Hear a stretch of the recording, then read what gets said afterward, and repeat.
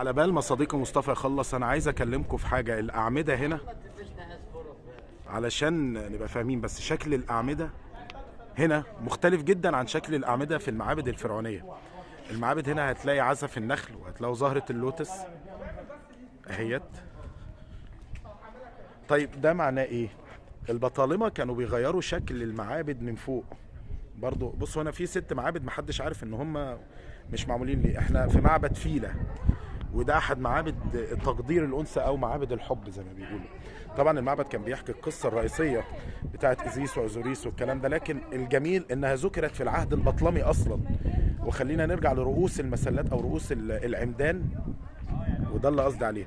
طبعا المعبد بشكل كبير قوي فيه الالهه حتحور، والجدير بالذكر لو اتكلمنا عن حتحور يبقى هنتكلم عن سخمت، الوجه الاخر لحتحور. فحتحور كانت إلهة الحب، إلهة الجمال، إلهة الولادة. وسخمت كانت إلهة الحرب، الأوبئة، كانت إلهة الغضب وكانت مشهورة بالغضب.